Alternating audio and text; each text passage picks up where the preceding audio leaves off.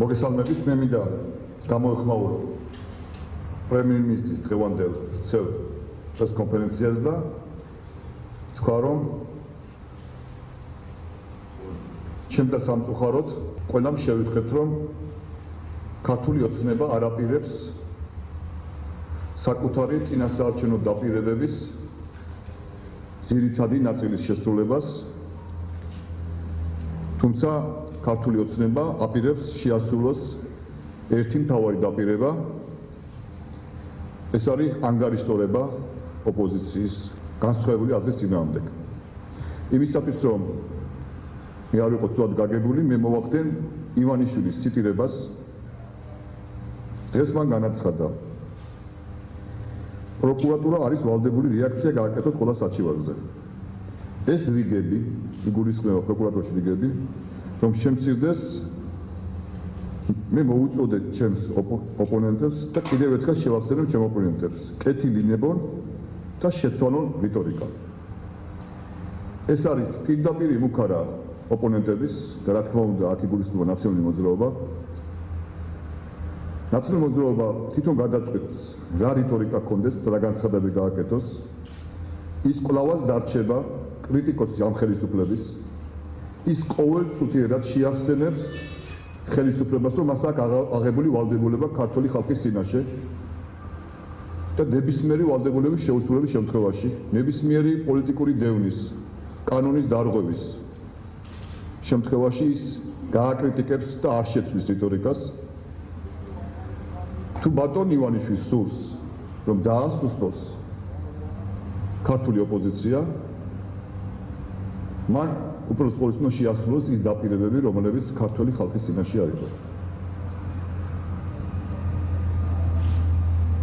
დევნა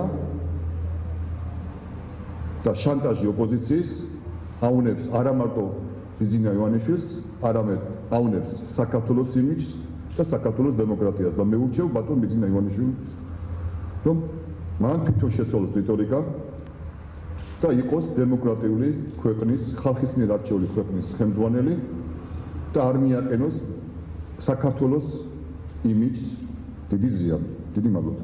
პირველ რიგში დღეს ბიძინა ივანიშვილმა განახორციელა მუქარა ნაციონალური მოძრაობის წინააღმდეგ, მან თქვა და პირდაპირ დაადასტურა, რომ ეს დაჭერები, რომელიც ბოლო დროს ხორციელდება, ეს არის პირდაპირ წმინდა წყლის პოლიტიკური დაჭერები და მან პირდაპირ თქვა, რომ რიგები პროკურატურასთან ეს არის პირდაპირ პროპორციული ნაციონალური მოძრაობის რიტორიკის და რა თქმა უნდა ჩვენ ამ რიტორიკის შეწყვეტას არ ვაპირებთ. მე რა თქმა უნდა არ ვთხოვ პრემიერ-მინისტრს, რომ იფიქროს ნაციონალურ მოძრაობაზე და საპარლამენტო უმცირესობაზე, მაგრამ ვთხოვ იფიქროს ქვეყნის იმიჯზე, რადგან მისი ყოველი ეს განცხადება საქართველოს აშორებს დემოკრატიული ინსტიტუტებისგან. დღეს პრემიერ-მინისტრმა პირდაპირ განაცხადა, რომ არანაირი კორუფციული გარიგებები ტარიფებთან მიმართებაში არ ყოფილა და როდესაც ის საუბრობდა, რომ შეამცირებდა, გაანახევრებდა ტარიფებს, ის ატყუებდა ქართველ ამომრჩევლებს. როდესაც ის საუბრობდა, რომ შეამცირებდა სწავლის საფასურს, ის ატყუებდა ქართველ ამომრჩევლებს და ჩვენ ვაპირებთ ამ რიტორიკის გაგრძელებას ამ მიმართულებით.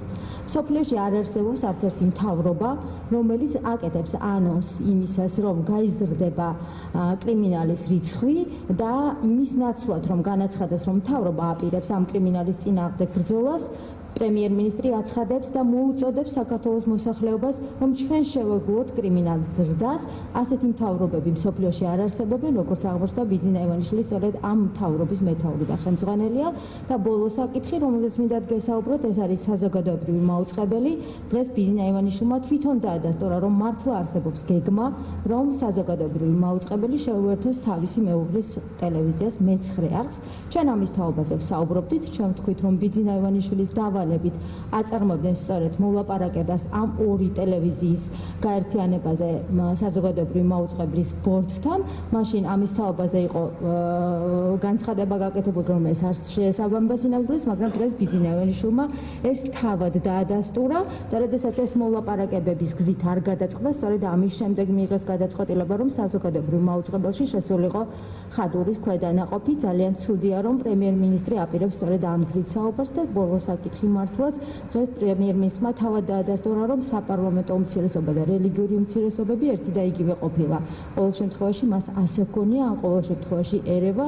მე ვთხოვ, რომ მას ამ საკითხშიც გაერკვეს. დიდი მადლობა.